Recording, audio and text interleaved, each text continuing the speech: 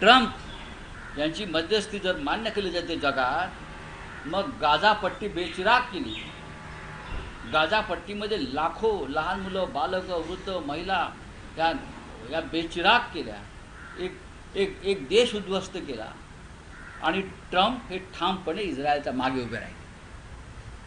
पण यावेळेला ट्रम्प, मोदींचे मित्र ट्रम्प, माय फ्रेंड डोनाल्ड, हे भारताच्या मागे उभे राहिले का? नाही उभे राहिले. दोन्ही देशांशी आमचे चांगले संबंध आहेत म्हणाले. जगामध्ये भारताला मित्र नाही.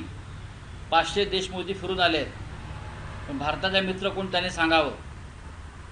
म्हणतात ना, मी 180 देश फिरलो, मी 200 देश फिरलो, मिठ्या मारतात. ठामपणे या युद्धाला पाठिंबा देणारा, भारताच्या बाजूने उभा राहिला त्यांनी देश दाखवावा. ते नावं घेतलं जपानचं, पुतीनचं, ह्याचं त्याचं. होय, भारताच्या युद्धाला आम्ही पाठिंबा देतो.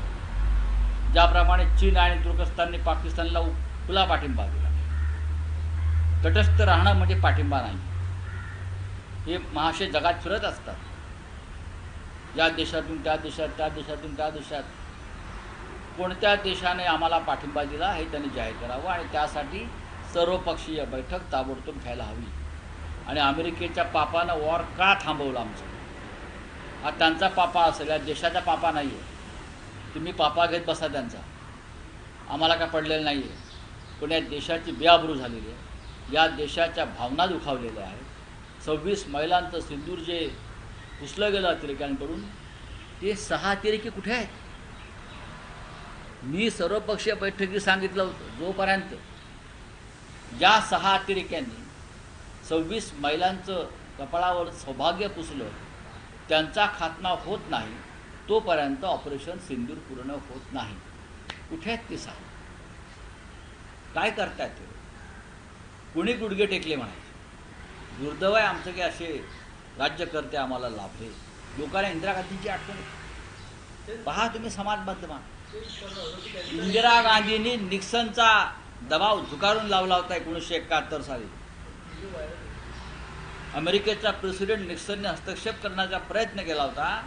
तेव्हा इंदिरा गांधींनी सांगितलं, तुम्ही कोण आमच्यामध्ये हस्तक्षेप करणारे? आम्ही एक सार्वभौम राष्ट्र आहोत, स्वतंत्र राष्ट्र आहोत. तुम्हाला अधिकार नाही. तुम्ही हवा तो निर्णय घ्या.